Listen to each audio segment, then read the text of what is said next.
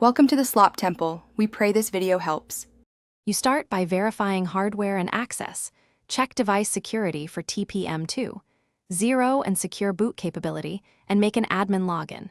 Once done, back up a system image to avoid data loss and confirm your disk uses GPT rather than MBR.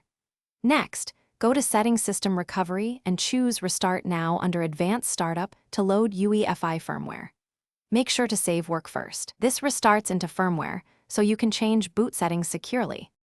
Inside UEFI, navigate to the Boot or Security tab and locate Secure Boot. You must switch boot mode to UEFI if it still shows Legacy. Secure Boot typically requires UEFI. Toggle Secure Boot to on and, if present, select Microsoft Windows standard keys or Enroll factory keys. After adjusting, choose Save and Exit or press F10 to write settings.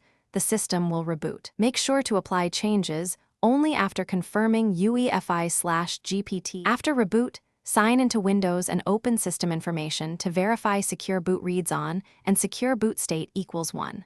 Also confirm TPM is ready.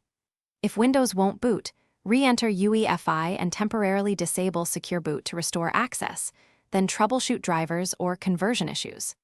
If needed, use Windows Recovery or USB install media to run startup repair or restore your backup image. One key tip: if Secure Boot blocks a driver, disable it, update or remove the driver, then re-enable Secure Boot to maintain protection.